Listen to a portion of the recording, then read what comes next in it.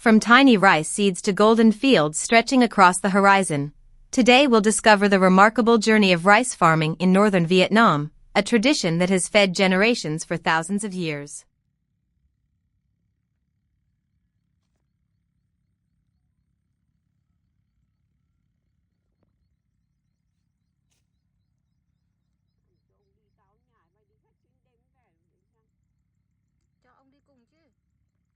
Going to explore an essential part of Vietnamese life, the tradition of rice farming. For thousands of years, rice has been deeply connected to the lives of Vietnamese people. Across vast fields stretching from fertile plains to rural villages, rice has not only provided food but has also shaped the culture and identity of the nation. For farmers in northern Vietnam, every rice season is a journey filled with hope and hard work. From selecting seeds and growing seedlings to harvesting and drying the grain, months of dedication are required before a single grain of rice reaches the dining table. Although modern machinery has transformed many farming practices, traditional knowledge and farming customs continue to be passed down through generations. Join us as we follow the complete journey of rice cultivation in northern Vietnam and discover how one of the world's most important foods is grown.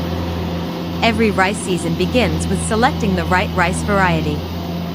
Farmers carefully choose seeds based on weather conditions, soil quality, and the growing season. Some varieties are known for high yields, while others are prized for their fragrance, flavor, or ability to withstand challenging weather conditions. After selection, the seeds are cleaned and sorted to remove damaged or empty grains. The seeds are then soaked in clean water for 1 to 2 days.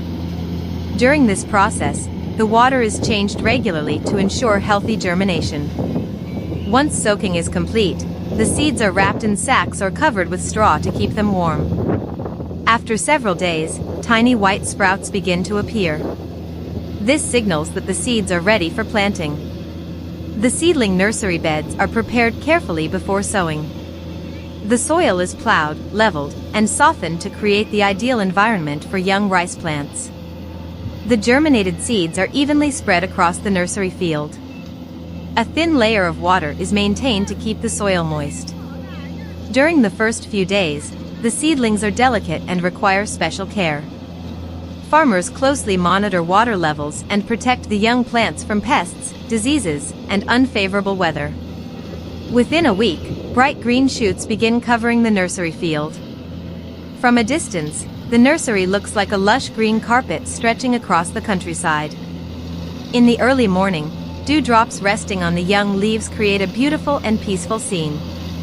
Over the next 3 to 4 weeks, the seedlings continue to grow stronger and develop healthy root systems.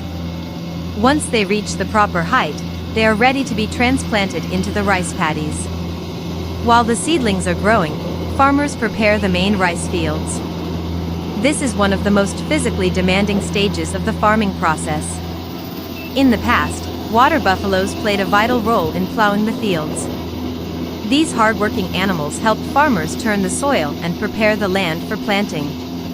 Today, tractors and modern farming equipment have largely replaced buffaloes in many regions, making the work faster and more efficient. After plowing, the fields are harrowed several times to break up the soil and create a smooth surface. Water is then channeled into the paddies through irrigation systems. The fields are kept under a shallow layer of water, creating ideal conditions for the rice seedlings to establish strong roots after transplantation. Rice transplantation is one of the most iconic images of rural northern Vietnam. During the planting season, farmers head to the fields early in the morning. Bundles of seedlings are carefully pulled from the nursery beds, washed clean, and tied into small bunches. Standing in the shallow water of the rice paddies, farmers bend over and plant each seedling by hand. Every small cluster of rice plants is placed at a precise distance from the next. Row after row, the fields are transformed into neat green patterns stretching across the landscape. This work requires patience, skill, and experience. Proper spacing ensures that each plant has enough room to grow and absorb nutrients. Under the soft morning sunlight, the sight of farmers working together in the fields reflects a timeless aspect of Vietnamese rural life. Within a few days, the seedlings begin to establish roots. The fields gradually become greener and more vibrant. This is the longest and most demanding stage of rice cultivation. Farmers must carefully monitor water levels throughout the growing season. Too little water can slow growth, while excessive water may damage the roots. Fertilization is another important task. Different nutrients are needed at different stages of growth to ensure healthy development. Today, many farmers increasingly use organic fertilizers to improve soil quality and promote sustainable agriculture. At the same time, they must remain alert to pests and diseases. Regular inspections allow farmers to identify problems early and take appropriate action. Years of experience help them recognize even the smallest changes in the rice plants. As the weeks pass, the rice grows taller and stronger. The fields gradually change from light green to deep green. When the summer breeze blows across the countryside, waves of green ripple through the rice fields, creating one of the most beautiful landscapes in rural Vietnam.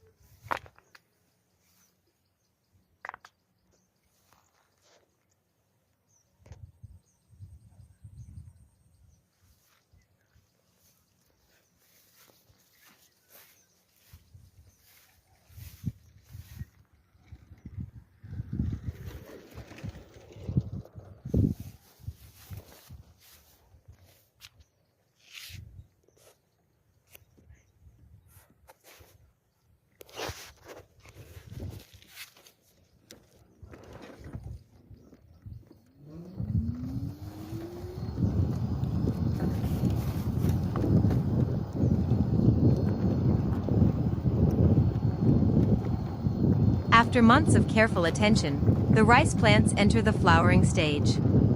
Small rice panicles begin to emerge from the stalks.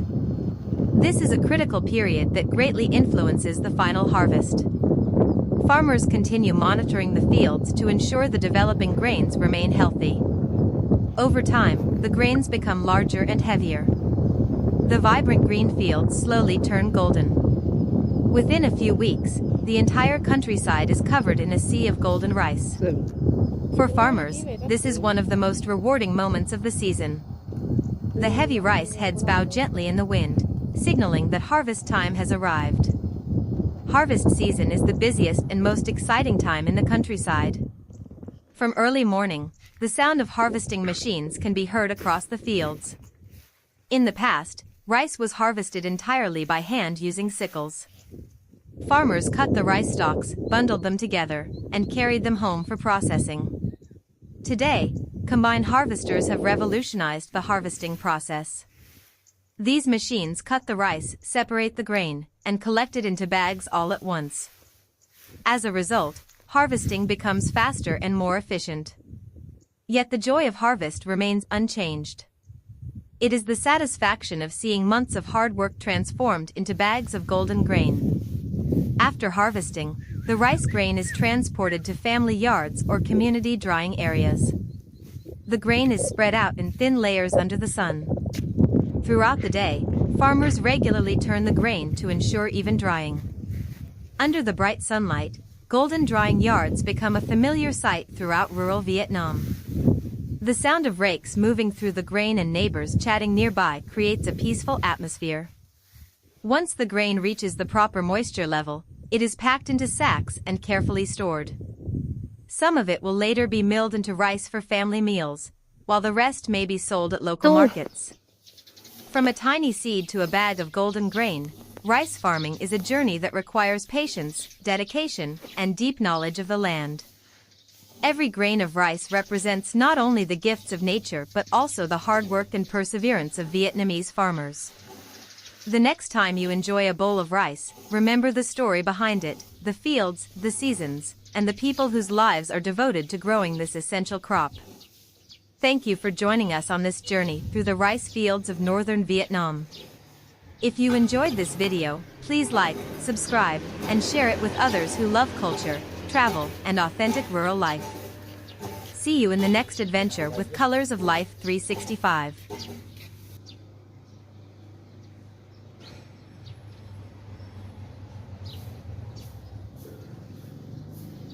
Ra chẳng hạn thì lăng xăng hàng tiếng.